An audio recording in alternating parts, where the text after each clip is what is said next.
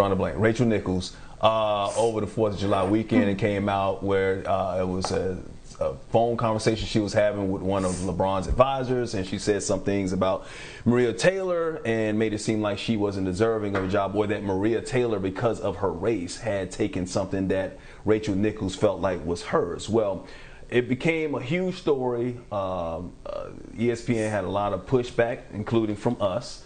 Rachel Nichols felt a lot of heat. She's been called a lot of things, and yesterday, I guess she gave her mea culpa. Here it is. The first thing they teach you in journalism school is don't be the story. And I don't plan to break that rule today or distract from a fantastic finals. But I also don't want to let this moment pass without saying how much I respect, how much I value our colleagues here at ESPN, how deeply, deeply sorry I am for disappointing those I hurt, particularly Maria Taylor, and how grateful I am to be part of this outstanding team. So you have it. That was the apology. What did you think of it? I have a lot of thoughts. Go ahead. Yeah, go first.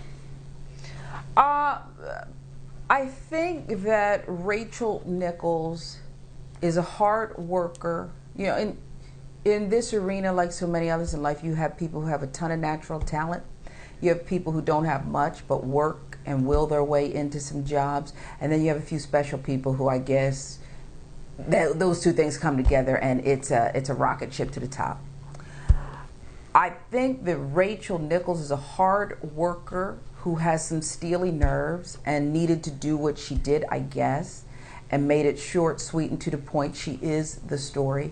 She is the story. And I don't know that she's the story through any fault of her own. She went on there with her colleagues who praised her and praised Maria Taylor. And it struck me as the whole thing, I wanted to scream at all three of them and everybody else. Puppets. You're all puppets. If you listen to what Rachel Nichols said on that secret recording that one of her colleagues leaked everywhere, the only thing she really said that was a bridge too far to me was when she insinuated that the only reason Maria Taylor was getting this was because she was black. But it wasn't Rachel Nichols' contract. But the reason I wanted to scream puppets at the television, even though I think she did a decent job here, was because this is all ESPN. This is ESPN, okay? They're discriminatory, they're sexist, they're inept in how to handle employees and how to be decent and fair. And so now what you have is people who are just wanting their little scraps, who are bickering and arguing with each other, and the whole thing stinks. This is ESPN, okay? And you can say whatever you want about the other sports leagues and networks and everything else out there. They run the table on all this because they basically have a monopoly.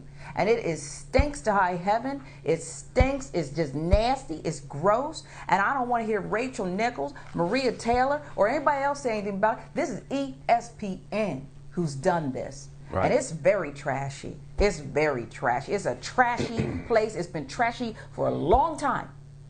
And the trash has still not been taken out. And it starts at the top there. That's what it's really about here. Yeah. I said a lot yesterday, and it got a lot of press, I suppose, a lot of mentions on social media, and it kind of went crazy. A lot of people hit me up, a lot of my former colleagues, and they were thanking me for what I had to say, but it's, you know, it's just, it needed to be said. And it needs to be said a little bit more until things get cleaned up. Like you mentioned, it's not just a Rachel Nichols situation, not a Maria Taylor situation. Yes, Rachel Nichols should have apologized to Maria Taylor and to anybody that she may have offended. I don't think it was a secret recording. It was a recording that somebody, she made a mistake and she left an open mic up and somebody recorded it. It's just like anybody could record us if we're sitting up here around a microphone. Well, but she didn't know it. Should be the one. She didn't know it. Yeah, she had a microphone open, and yeah, sometimes you don't know that you're being recorded, but it's going to a server. In her hotel room. That's a lot of semantics. We can get into that. You know, that's not the point. The point is, I think that ESPN needs to come out and make the apology, and not necessarily just to the viewers, not necessarily just to Maria Taylor.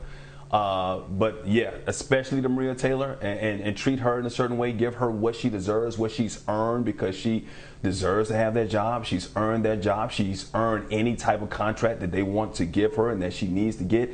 But also the select accountability that I talked about yesterday, and I really didn't get a chance to really get into it about ESPN. There's a select accountability that ESPN has, and they've had since I was there, that continues, that needs to stop. Certain people can do certain things and get away with it, while other people can do the same thing and then they are punished severely. Maria Taylor was asked after it came out, did she leak it to the press?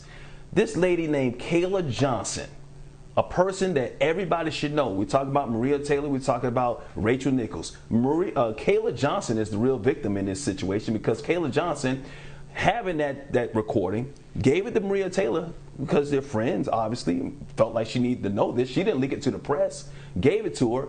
And Kayla Johnson, who is she thinks she worked in the social media department at the time, suspended 2 weeks without pay. And then when she came back, treated like rubbish and given her jobs that she didn't want, nobody wanted, and absolutely was probably forced to quit.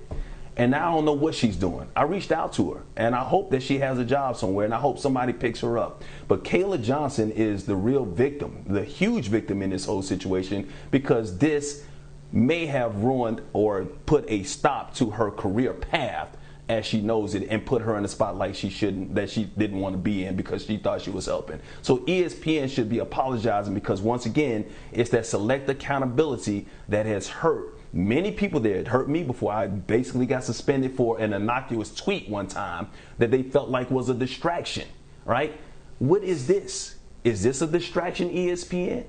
Rachel Nichols on NBA Finals coverage, but she's still front and center there. I'm not saying you should do what you want to do, but there's no punishment whatsoever. Select accountability hurts as well. When you do one thing to one person and you don't do it to the other, and the only difference is certain tones, it makes you wonder.